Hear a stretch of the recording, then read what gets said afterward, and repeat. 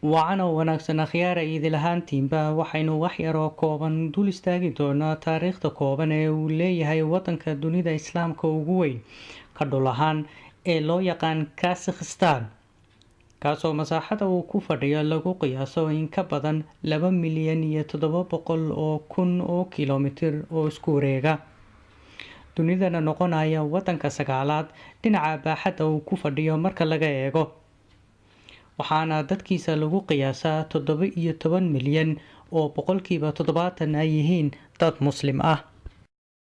Alxamdulillaahi rabbil caalamiin الرحمن الرحيم مالك يوم الدين إياك نعبد وإياك نستعين اهدنا الصراط المستقيم صراط الذين أنعمت عليهم غير المغضوب عليهم ولا الضالين. waxaa wadankan la tilmaamaa juqraafi ahaan oo loogu yeedhaa wadan caabiratul qaaraad ah, oo looga jeedo inuu yahay wadan dhaca laba qaaradood dhexdood oo kala ah qayb dhacda qaaradda Aasiya. sidaas darteed waxaa lagu xisaabiyaa wadamada la isku yidhaa Central Asia ama Asia Wusta, halka mar kale lagu tiriyo wadamada bariga Yurub.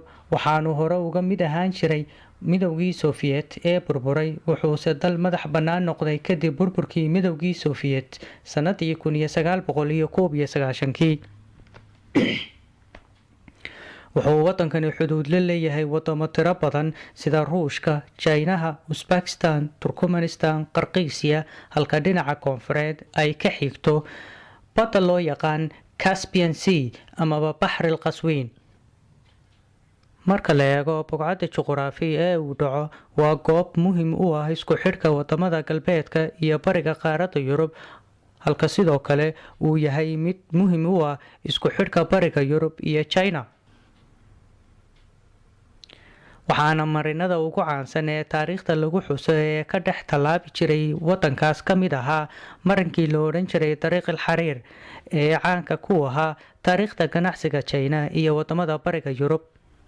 caasimada wadanku waxay tahay magaalada Astana, oo ka mid ah magaalooyinka dunida ugu quruxda badan uguna kobaca dheereynaya, waxaana magaaladan caasimad wadanka loo aqoonsaday inay noqoto sanadii 1997, taasoo ka dhigaysa caasimadaha ugu daada yar leh dunida.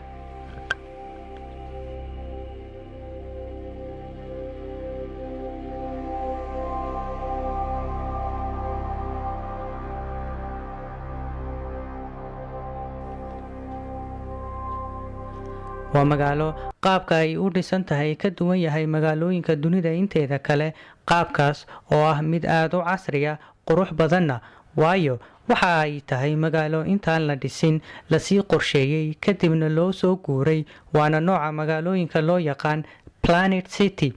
waxaana magaaladan qorshaheeda dhigay injineer Japanese ah oo la odhan jiray Kisho Kurakawa, waxaanay magaaladani caan ku noqotay saaxadda dalxiiska, taasoo aad loo booqdo sanad kasta.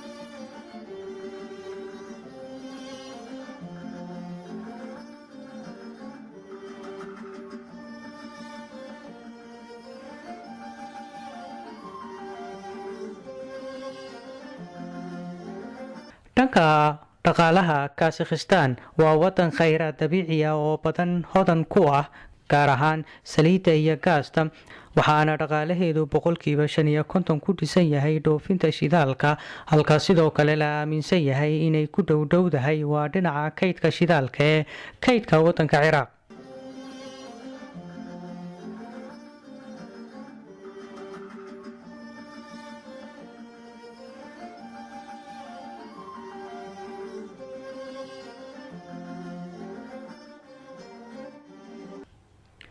waxaanay maanta ku jirtaa 10 wadan ee ugu soo saarista badan shidaalka.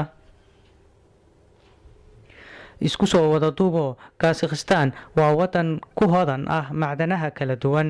Waa wadanka labaad ee haysta kaydka ugu badan ee macdanta uraniumta, waana wadan xawaaraha kobaca dhaqaalihiisu aad u korayo waayadan dambe.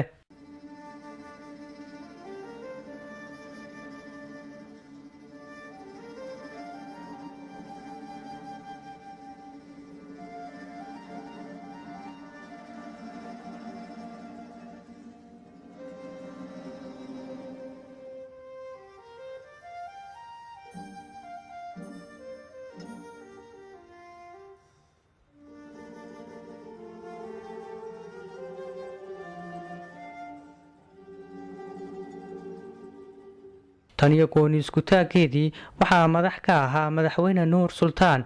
inkastoo ay jiraan eedeymo loo soo jeedinayo, haddana waxaa hubaala inuu wax badan ka bedelay noloshii dadkiisa iyo dalkiisaba.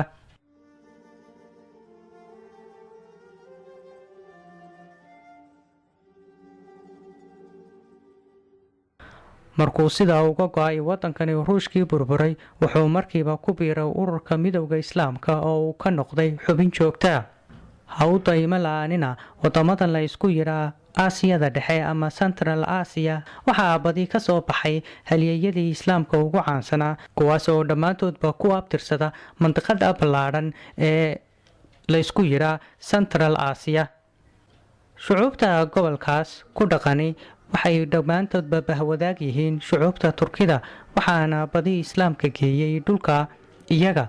waxaana gobolka ku yaala 7 wadan oo muslim ah oo badi dadkeenu aanu aad u aqoon, kuwaas oo ah badiba wadamadii ka go'ay kadib burburkii uu burburay midowgii Sofiyeeti, halkaas hore ay uga mid ahaan jireen xukunkii boqortooyadii Islaamka ee weyneyd ee la oran jiray Cusmaaniyiinta.